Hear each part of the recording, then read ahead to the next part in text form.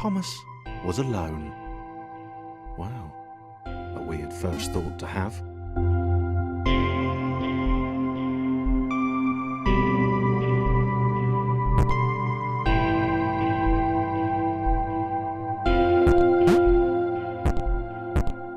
Thomas decided to start listing his observations for posterity.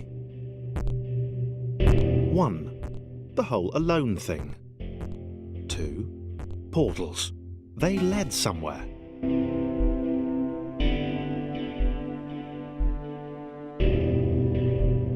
Okay, interesting. Thomas couldn't fall past this block. Think, damn it, think! What if there was a big jump? But Thomas noted there was no real danger in missing it. The world didn't want him.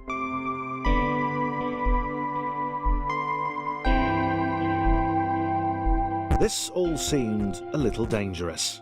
The world was not to be trusted. It was unstable, and it seemed to Thomas that it could let him down.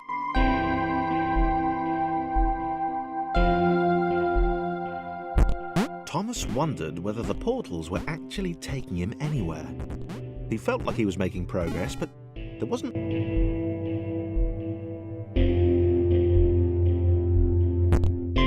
It might have been paranoia again, but Thomas could have sworn the world was becoming more complicated. It always seemed to be one step ahead of his skills.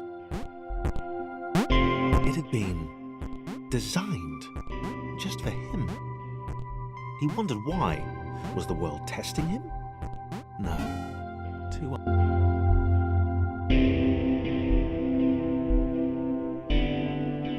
Something about the boiling, toxic, glowing water intimidated Thomas. He didn't like it.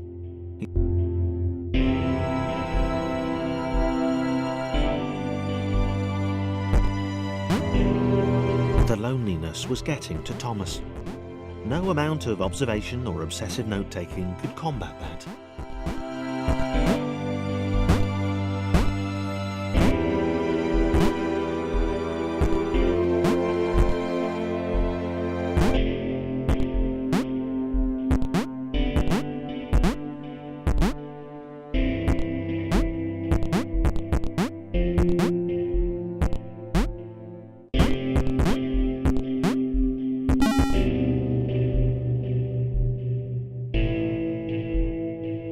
Thomas had a new theory.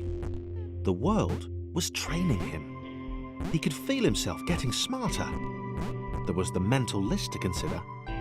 Over the minutes and seconds since his spontaneous generation, he'd become a pretty skilled jumper. He was evolving. He just wished.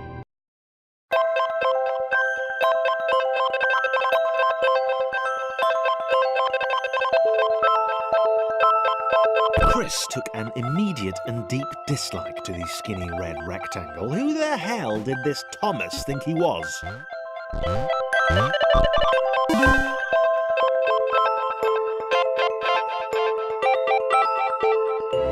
Chris had been doing fine.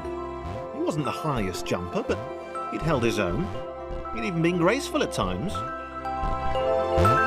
Well, not technically graceful. It's probably the wrong word, but, you know, fine. There was that skinny little runt leaping about like he owned the place.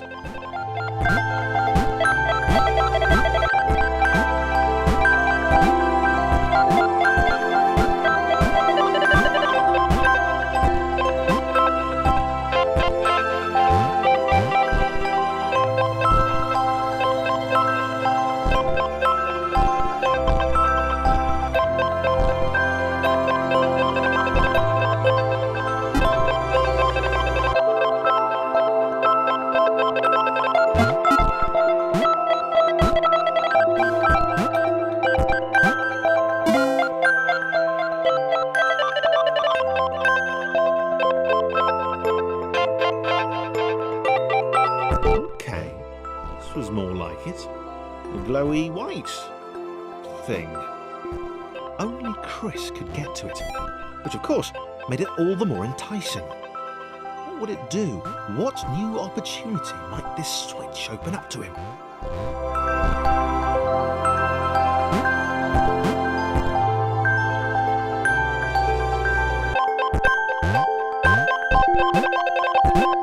Great. Another chance for Thomas to jump slightly higher than Chris. How fortunate. Seriously, this made the whole switch pressing thing entirely worthwhile.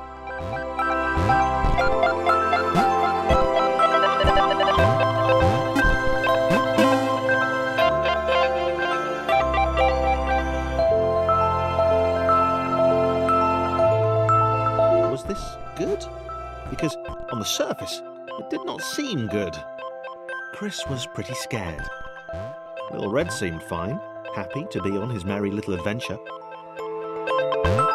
Chris couldn't shake the feeling that things had taken a significant turn for the worse since Thomas had joined him. Sure, he'd been able to piggyback his way to ever so slightly higher platforms, but where had that got him?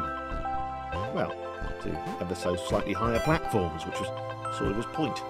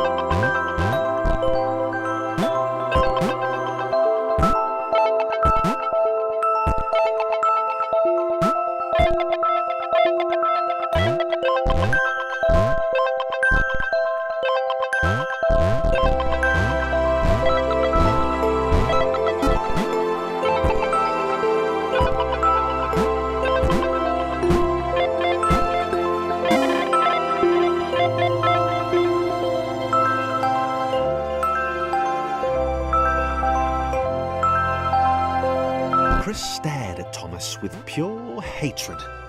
He seemed so very happy at their situation. Friends together, a brave fellowship of quadrilaterals on a quest for greatness. That would be fine. But it was all the obvious observation that Thomas was doing which grated. Every time they saw something vaguely new, Chris would hear a satisfied little from the vaulting idiot. He hoped the next portal would split them up, if only for a few levels.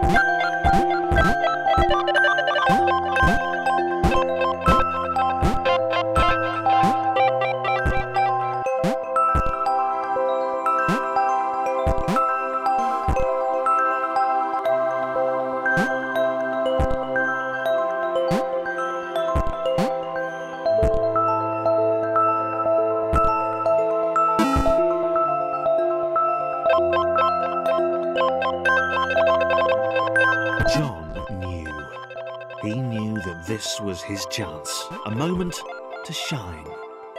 This was game day.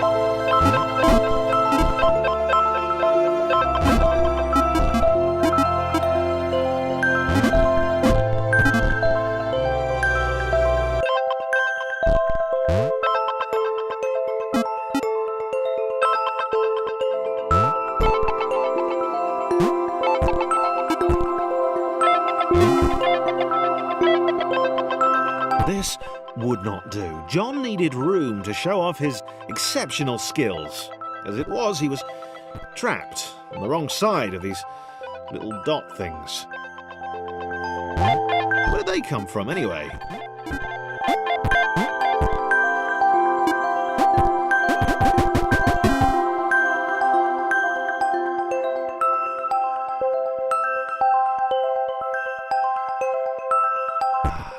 John inhaled the air of the open space, and it smelled of awesome. Time to flex those muscles, to put his training to use, time to show those little dots how it was done.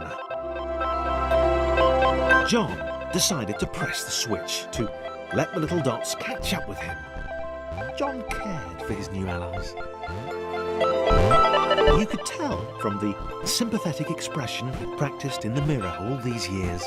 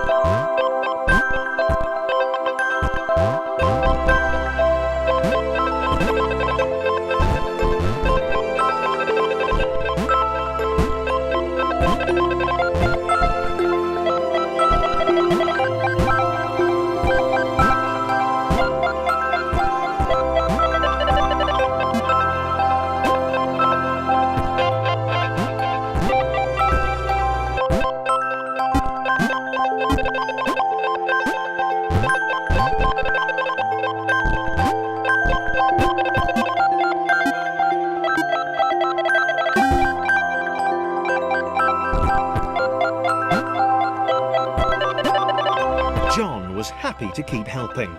He felt it was important to his image that he was seen to help the little guys.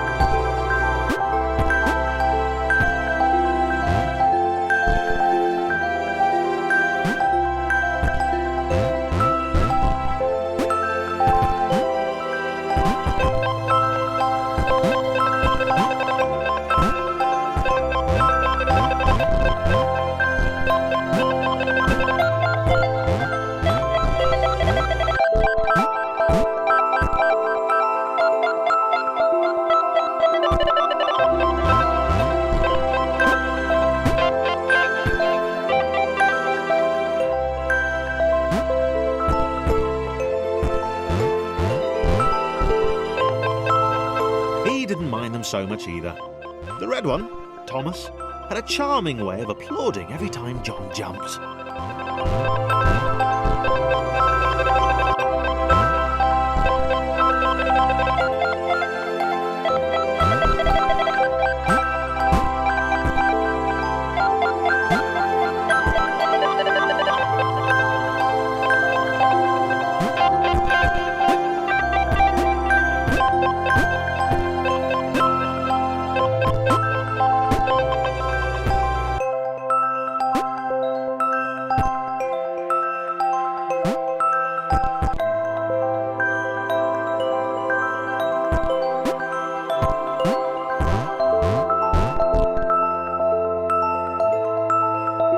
The angry orange one was less immediately likeable, but his unremitting cynicism and tutting amused John.